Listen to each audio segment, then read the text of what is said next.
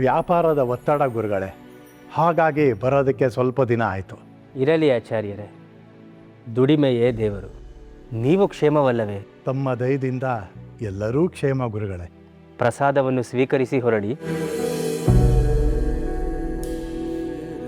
ಬನ್ನಿ ಬನ್ನಿ ಬನ್ನಿ, ಬರಬೇಕು. ಶ್ರೀಪಾದಾಚಾರ್ಯರಲ್ಲವೇ?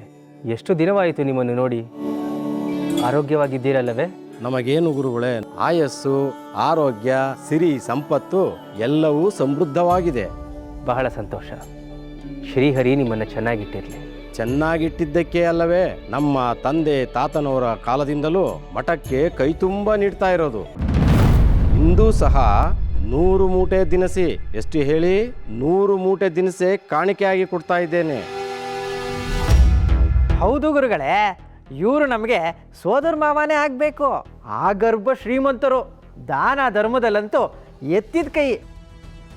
ನಮ್ಮ ಮಠಕ್ಕೆ ಇವರು ನೀಡಿರೋ ದಾನಾದಿಗಳಿಂದ ಸ್ವತಃ ಇವರೇ ಒಂದು ಮಠ ಸ್ಥಾಪನೆ ಮಾಡ್ಬೋದಾಗಿತ್ತು. ಮತ್ತ್ಯಾಕೆ ಸ್ಥಾಪಿಸಿಲ್ಲ?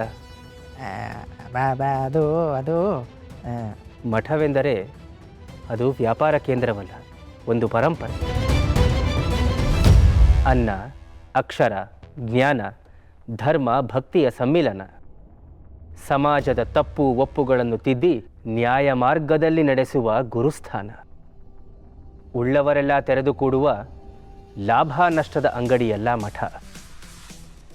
ಗುರುಗಳೇ, ಇಂದು ತಮ್ಮಲ್ಲಿ ನನ್ನದೊಂದು ಕೋರಿಕೆ ಇದೆ.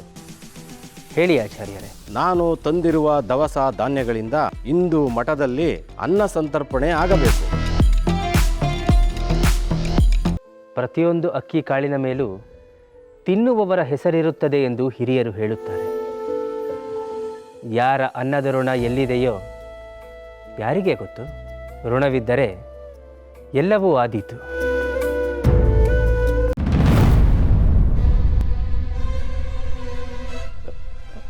ಗುರುಗಳು ಅಪ್ಪಣೆ ಕೊಟ್ಟರೆ ನಾನಿನ್ನು ಹೊರಡುತ್ತೇನೆ. ಇಲ್ಲಿ ಆಚಾರ್ಯರೇ, ಯಾಕೆ ಸಂಕೋಚ? ನಮಗೆ ಕೊಡಲೆಂದು ಆ ಗಂಟಿನಲ್ಲಿ ಏನೋ ತಂದಿದ್ದೀರಿ, ಕೊಡಬಾರದೆ? ಅದು ಇರಲಿ, ಸಂಕೋಚ ಪಡದೆ ಹೇಳಿ. ಗುರುಗಳೇ, ನಾನು ತುಂಬ ಕಷ್ಟದಲ್ಲಿದ್ದೆ.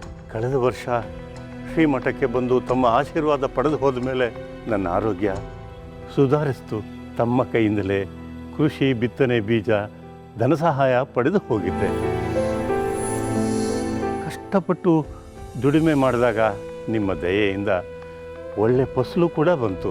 ಅದರಲ್ಲಿ ಅರ್ಧವನ್ನಾದರೂ ಮಠಕ್ಕೆ ಕೊಡಬೇಕು ಅನ್ನೋದು ನನ್ನ ಆಸೆ ಗುರುಗಳೇ. ಆದರೆ ನನ್ನ ಆರ್ಥಿಕ ಪರಿಸ್ಥಿತಿ ಅದಕ್ಕೆ ಅನುವು ಮಾಡಿಕೊಡಲಿಲ್ಲ. ಹಾಗಾಗಿ ಗುರುಗಳ ಒಂದು ಹೊತ್ತಿನ ಪ್ರಸಾದ ಸೇವನೆಗಾದರೂ ನಾನು ತಂದಿರೋ ದವಸಗಳಿಂದ ಆಗಲಿ ಅನ್ನೋದು ನನ್ನ ಆಸೆ. ನಾನು ಬೆಳೆದ ಭತ್ತವನ್ನು ನಾನೇ ಕುಟ್ಟಿ ಅಕ್ಕಿ ಮಾಡಿಕೊಂಡು ತಂದೆ. ಆದರೆ ಮತ್ತೇಕೆ ಹಾಗೆ ಹೋಗುತ್ತಿದ್ದೀರಿ? ಇಂದು ನಮ್ಮನ್ನು ಉಪವಾಸವಿರಿಸಬೇಕು ಎಂಬ ಬಯಕೆ ಏನು? ಶ್ರೀಹರಿ, ಎಲ್ಲಾದರೂ ಉಂಟೆ ಗುರುಗಳೇ? ಹಾಗಿದ್ದಲ್ಲಿ ಅದನ್ನು ನಮಗೆ ಕೊಡಿ.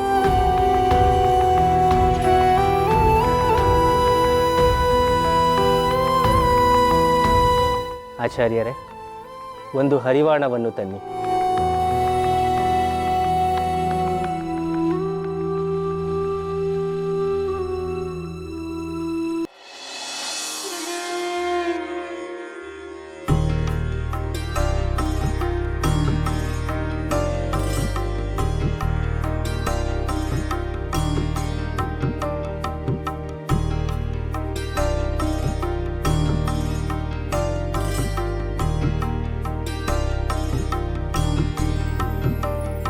ಅನಂತ ಫಲದಂ ವಿಷ್ಣು ಅನ್ನಮೇವ ಸಮಾಶ್ರಯೇ.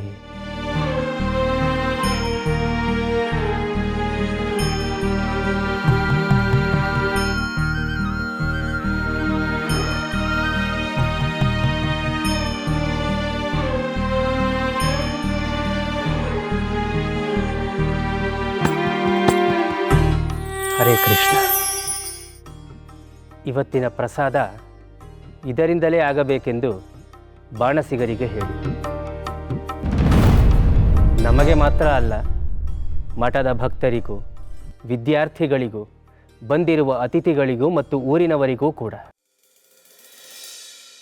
ಇದೇನು ಗುರುಗಳೇ, ಪಾಪ ಈ ಬಡಪಾಯಿ ತಂದಿರೋ ಮೂರಿಡಿ ಅಕ್ಕಿಯಿಂದ ಎಲ್ಲರಿಗೂ ಪ್ರಸಾದವಾಗುತ್ತೆ. ವಿನೋದ ಮಾಡಬೇಡಿ ಗುರುಗಳೇ, ನಾನು 100 ಮೂಟೆ ಅಕ್ಕಿ, ಜೋಳ, ರಾಗಿ ತಂದಿದ್ದೀನಿ. ಅದರಲ್ಲಿ ಎಷ್ಟು ಬೇಕಾದರೂ ತೆಗೆದುಕೊಂಡು ಭೋಜನಕ್ಕೆ ವ್ಯವಸ್ಥೆ ಮಾಡಲಿ. ಇರಲಿ ಆಚಾರ್ಯರೇ, ನಿಮ್ಮ ಧಾನ್ಯವು ಉಪಯೋಗಿಸಲ್ಪಡುತ್ತದೆ. ಆದರೆ ಇಂದಿನ ಪ್ರಸಾದ ಇದರಿಂದಲೇ ಆಗಲಿ. ಭೋಗೇಂದ್ರಾಚಾರ್ಯರೇ, ಎಲ್ಲ ನಿಮ್ಮ ಉಸ್ತುವಾರಿಯಲ್ಲೇ ಆಗಬೇಕು. ನಾನೇ? ಹೌದು. ಆಗಲಿ ಗುರುಗಳೇ.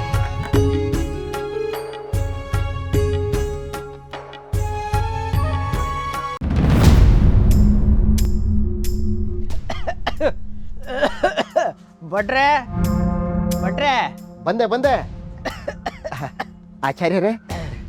ಪಾಕಶಾಲೆ ತುಂಬ ಹೊಗೆ ಹಾಕೊಂಡು ಏನೋ ಮಾಡ್ತಾ ಇದ್ದೀರಿ. ಅದಿರಲಿ, ಹಿಡ್ಕೊಳ್ಳಿ. ಇವತ್ತು ನೀವೇ ದ್ರೌಪದಿ, ಇದೇ ಅಕ್ಷಯ ಪಾತ್ರೆ. ಅದು ಏನು ಹೇಳ್ತಾ ಇದ್ದೀರಾ ಆಚಾರ್ಯರೇ? ನನಗೊಂದು ಅರ್ಥ ಆಗ್ತಾ ಇಲ್ಲ. ಅರ್ಥ ಆಗದೆ ಇರೋದು ಏನಿದೆ ಗೋವಿಂದ? ಈ ಪಾತ್ರೆಯಲ್ಲಿರೋ ಪದಾರ್ಥಗಳಿಂದ ಮಠದವ್ರಿಗೂ ಊರಲ್ಲಿರೋರ್ಗೂ ಪ್ರಸಾದ ಆಗಬೇಕಂತೆ.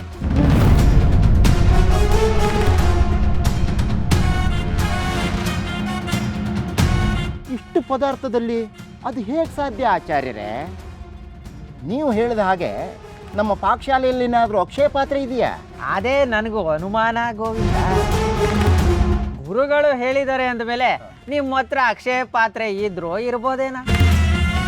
ನೋಡಿ ಭಟ್ರೆ, ಬೇಗ ಬೇಗ ಭಕ್ಷ್ಯ ಭೋಜ್ಯ ಪರಮಾನ್ನಗಳನ್ನೆಲ್ಲ ಸಿದ್ಧ ಮಾಡಿ ನಾವು ಗಡತ್ತಾಗಿ ತಿನ್ನೋಣವಂತೆ. ಅರೆ, ಬಾಳೆಹಣ್ಣು ನನ್ನ ಪ್ರಿಯವಾದ ಫಲಹಾರ ಇರಲಿ.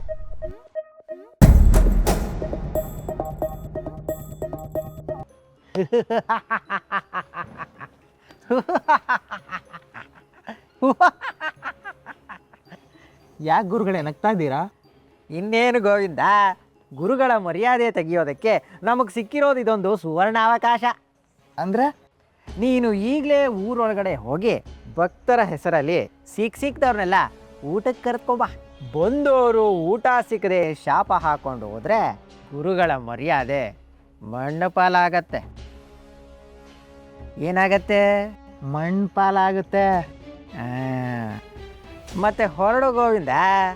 ಸರಿ ಗುರುಗಳೇ. ಹಾಂ.